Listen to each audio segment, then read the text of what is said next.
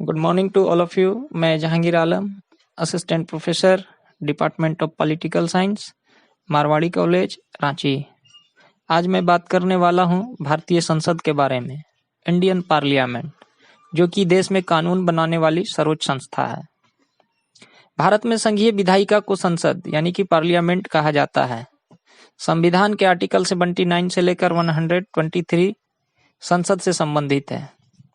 Article 79 में लिखा है कि संघ के लिए एक संसद होगी जो राष्ट्रपति और दोनों सदनों अर्थात राज्यसभा तथा लोकसभा से मिलकर बनेगी। इस प्रकार संसद के 3 भाग हो जाते हैं, राज्यसभा, लोकसभा तथा राष्ट्रपति। उल्लेखनीय है कि राष्ट्रपति कार्यपालिका का प्रमुख होता है, परंतु संसद द्वारा पारित विधेयक उसके हस्ताक्षर से ही विधि बनते हैं, इसलिए राष्ट्रपति संसद का अभिन्न अंग है। राज्यसभा संसद का उच्च एवं द्वितीय सदन है, जबकि लोकसभा संसद का लोकप्रिय, निम्न एवं प्रथम सदन है। लोकसभा को लोकप्रिय सदन इसलिए कहा जाता है क्योंकि इसके सदस्य जनता द्वारा प्रत्यक्ष रूप से चुनकर आते हैं। राज्यसभा को उच्च एवं द्वितीय सदन इसलिए कहा जाता है क्योंकि इसका निर्माण लोकसभा के बाद होता है। 1954 ईस्वी में राज्य परिषद एवं जनता का सदन के स्थान पर क्रमशः राज्यसभा एवं लोकसभा शब्द को अपनाया गया है। राज्यसभा को दूसरा चैम्बर या बड़ों की सभा भी कहते हैं और लोकसभा को पहला चैम्बर या चर्चित सभा भी कहते हैं। यहाँ उल्लेखनीय है कि राष्ट्रपति संसद के किसी भी सदन का सदस्य नहीं होता है और न ही संसद में बैठता है, फिर भी वह संसद का अभिन्न अंग है। संसद के संदर्भ में राष्ट्रपति का चुनिंदा कार्य है कि राष्ट्रपति दोनों सदनों का सत्र आहूत करता है या सत्रावसान करता है, लोकसभा विघटित कर सकता है, जब सत्र न चल रहा हो तो अध्यादेश जारी कर सकता है और कोई विधेयक तब तक विधि नहीं बन सकता जब तक कि राष्ट्रपति उस पर अपनी स्वीकृति नहीं दे देता। यह मैं बता दूं कि भारतीय संसद का स्ट्रक्चर ब्रिटेन की संसद की ही समान है। जैसे ब्रिटेन के संसद का भी 3 भाग हैं, जिनमें हम कह सकते हैं कि क्राउन, जो कि राजा या रानी होता है, उसकी स्थिति भारत के राष्ट्रपति के जैसा है। दूसरा भाग है हाउस ऑफ लॉर्ड, जो कि ऊपरी सदन कहलाता है, और तीसरा भाग हुआ हाउस ऑफ कॉमन्स, जिसे निचला सदन भी कहते हैं। तो इस प्रकार हम देखते हैं कि ब्रिटेन की जो संसद का स्ट्रक्चर है वह भारतीय संसद की ही समान है। इसके ठीक विपरीत अमेरिकी राष्ट्रपति विधानमंडल का महत्वपूर्ण अंग नहीं होता है और अमेरिकी विधानमंडल, जिसे कांग्रेस कहते हैं, के 2 पार्ट हैं, एक सीनेट जिसे ऊपरी सदन कहते हैं और दूसरा हाउस ऑफ रिप्रेजेंटेटिव, जिसे निचला सदन कहते हैं। यह नोट करने वाली बात है कि संसदीय पद्धति में विधायी व कार्यकारी अंगों में परस्पर निर्भरता पर जोर दिया जाता है। अतः हमारे यहाँ संसद में राष्ट्रपति ब्रिटेन की संसद में ताज की तरह है, वहीं दूसरी ओर राष्ट्रपति पद्धति वाली सरकार में विधायी और कार्यकारी अंगों को अलग करने पर जोर दिया जाता है। इसलिए अमेरिकी राष्ट्रपति कांग्रेस का घटक नहीं है।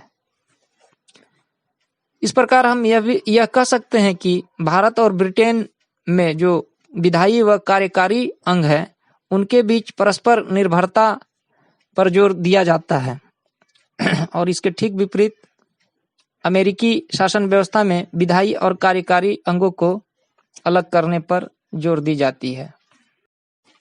अब यदि संसद के दोनों सदनों यानी कि राज्यसभा एवं लोकसभा की संरचना की बात की जाए तो राज्यसभा में जो सदस्यों की अधिकतम संख्या हो सकती है वह 250 है, जिनमें 238 सदस्य राज्यों एवं संघ क्षेत्र से तथा 12 सदस्य राष्ट्रपति द्वारा मनोनीत हो सकते हैं।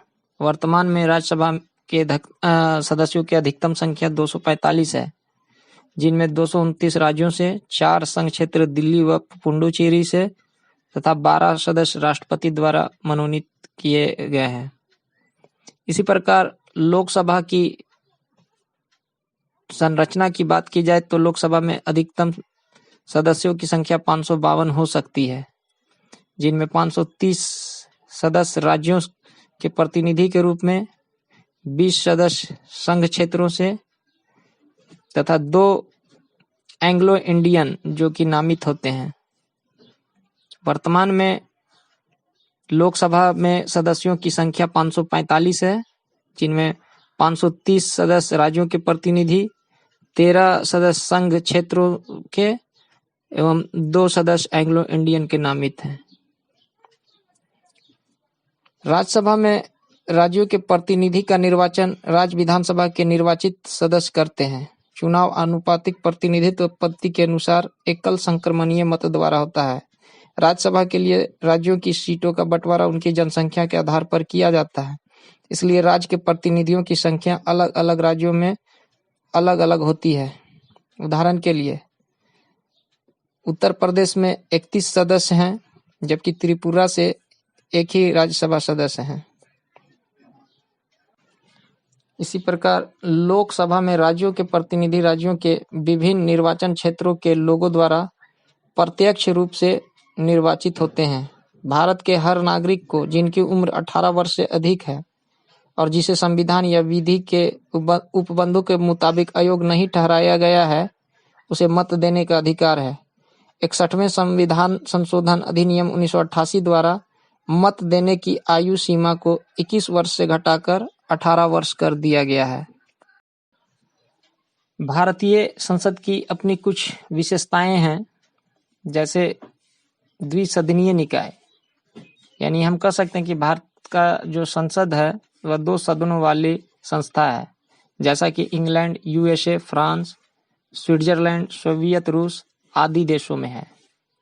इसी प्रकार भारतीय संसद को प्रभुत्व संपन्न कहा जा सकता है, परंतु पूर्ण प्रभुत्व संपन्न नहीं, क्योंकि संसदीय सर्वोच्चता का अर्थ है संसद अंतिम रूप से सर्वोच्च एवं सार्वभौम हो, जैसा कि ब्रिटेन की संसद में है। परंतु भारतीय संसद का ब्रिटिश संसद के समान संप्रभु नहीं होने के कुछ कारण हो जाते हैं, जैसे कि यहाँ लिखित संविधान है। अनुच्छेद 245(1) के अनुसार यह स्पष्ट कर दिया गया है कि व्यवस्थापन शक्तियों का उपयोग संसद संविधान के अनुसार करेगी। लिखित संविधान में उसकी व्याख्या की आवश्यकता होती है। यह कार्य सर्वोच्च न्यायालय करता है तथा संविधान के संरक्षण की भूमिका निभाता है। दूसरा बिंदु हम कह सकते हैं पूर्ण प्रभुत्व संपन्न नहीं होने का कि यहाँ संघात्मक शासन व्यवस्था है, यानी संघ शासन की एक विशेषता शक्तियों का विभाजन होता है और भारत में शक्तियों का विभाजन किया गया है। इस कारण संसद राज्य सूची विषयों पर कानून नहीं बनाती। तीसरा बिंदु है मौलिक अधिकार। मौलिक अधिकार भी संसद की शक्तियों को सीमित करते हैं। 44वें संशोधन द्वारा व्यक्ति के जीवन और शारीरिक स्वाधीनता के अधिकार, जो कि अनुच्छेद 21 में वर्णित है, को शासन द्वारा आपातकाल में भी स्थगन नहीं किया जा सकता है। तो ये 3 जो बिंदु हुए, लिखित संविधान, संघात्मक शासन व्यवस्था और मौलिक अधिकार, इनके आधार पे हम पाते हैं कि भारतीय संसद प्रभुत्व संपन्न तो है, परंतु पूर्ण प्रभुत्व संपन्न नहीं है। भारतीय संसद की एक अगली विशेषता है सीमित संशोधन की व्यवस्था। इसके अंतर्गत हम कह सकते हैं कि भारतीय संसद को राज्यों से संबंधित विषयों में संशोधन हेतु आधे या उससे अधिक राज्यों का समर्थन आवश्यक होता है। अगली विशेषता के रूप में हम देखते हैं कि यहाँ न्यायिक पुनर्वलोकन की व्यवस्था है। यह व्यवस्था संसद की शक्तियों पर एक प्रतिबंध है। न्यायपालिका को संविधान, मौलिक अधिकार तथा संघीय व्यवस्था के विपरीत विधियों का अवैध घोषित करने का अधिकार है। संसदीय विधियों को हमारे सर्वोच्च न्यायालय द्वारा मान्यता देना आवश्यक है। न्यायपालिका द्वारा यह निर्णय करना कि अमुक कानून वैधानिक है या नहीं, न्यायालय के इस अधिकार को न्यायिक पुनर्वलोकन की शक्ति कहा जाता है।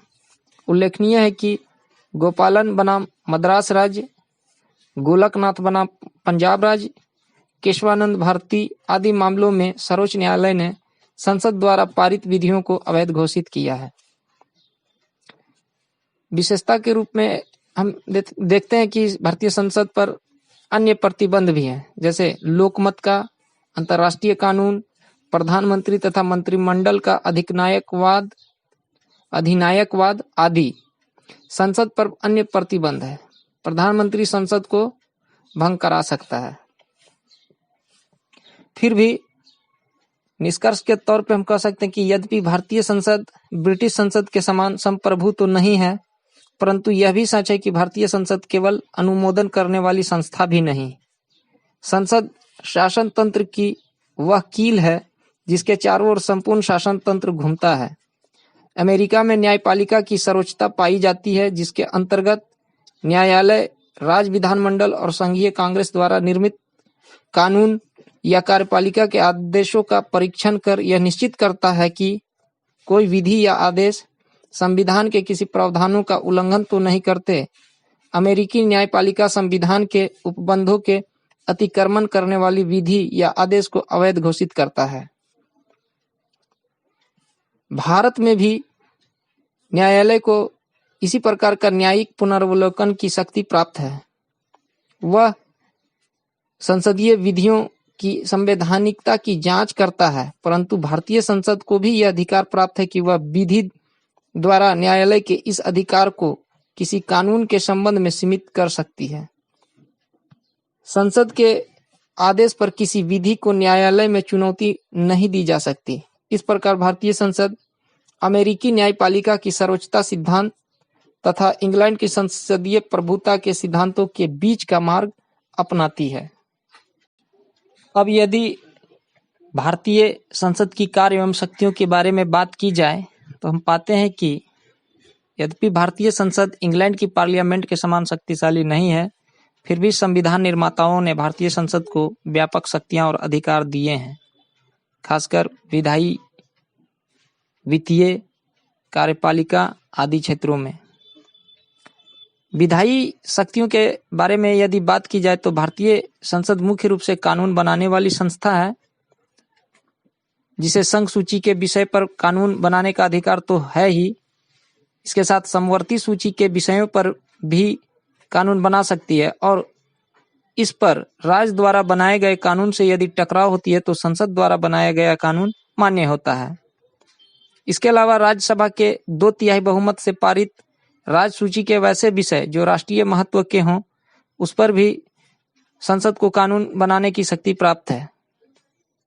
इसके अलावा वैसे विषय जिसका उल्लेख तीनों में से किसी सूची में नहीं किया गया हो, उस पर भी कानून बनाने की शक्ति संसद को प्राप्त है। वित्तीय शक्तियां के रूप में हम पाते हैं कि संविधान द्वारा वित्त पर पूर्ण नियंत्रण संसद को प्राप्त है और उसके द्वारा ही व्यय की स्वीकृति दी जाती है। वित्त के क्षेत्र में राज्यसभा की तुलना में लोकसभा को व्यापक शक्ति प्राप्त है। संसद की यदि कार्यपालिका शक्तियों की बात की जाए तो भारतीय संसद को संघीय कार्यपालिका पर पूर्ण नियंत्रण प्राप्त है, क्योंकि केंद्रीय मंत्रिमंडल लोकसभा के प्रति सामूहिक रूप से उत्तरदायी है। संविधान में संशोधन करने की जो शक्ति है, यानी अमेंडमेंट इन द कॉन्स्टिट्यूशन, वो भारतीय संसद को ही है। भारतीय संसद को संविधान में संशोधन करने की शक्ति प्राप्त है। संविधान के अधिकतर भागों में संसद समस्त संख्या के बहुमत और उपस्थित तथा मत देने वाले सदस्यों के 2/3 बहुमत के समर्थन में संशोधन कर सकती है। कुछ महत्वपूर्ण विषयों में संशोधन हेतु राज्य विधानमंडलों के बहुमत का समर्थन लेना आवश्यक होता है। इसके अलावा संसद को और भी अन्य शक्तियां प्राप्त हैं, जैसे संसद के दोनों सदन राष्ट्रपति तथा उपराष्ट्रपति के निर्वाचन में भाग लेते हैं। साथ ही महाभियोग द्वारा वह राष्ट्रपति को हटा भी सकता है।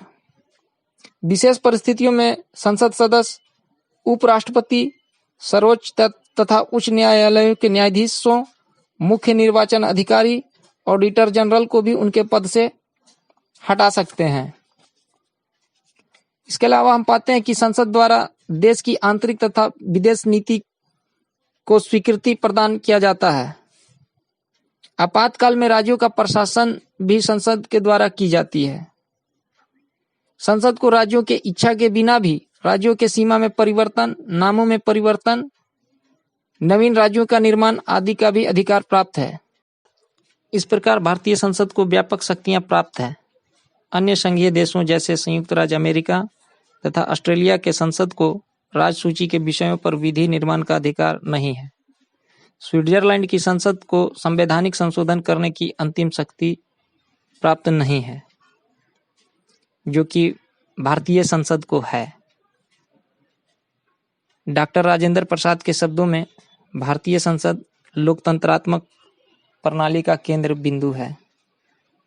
तो इस प्रकार हम पाते हैं कि भारत में जो कानून बनाने की सर्वोच्च संस्था संसद है, उसे काफ़ी अधिकार एवं शक्तियां प्राप्त हैं। आज के लिए बस इतना ही। धन्यवाद।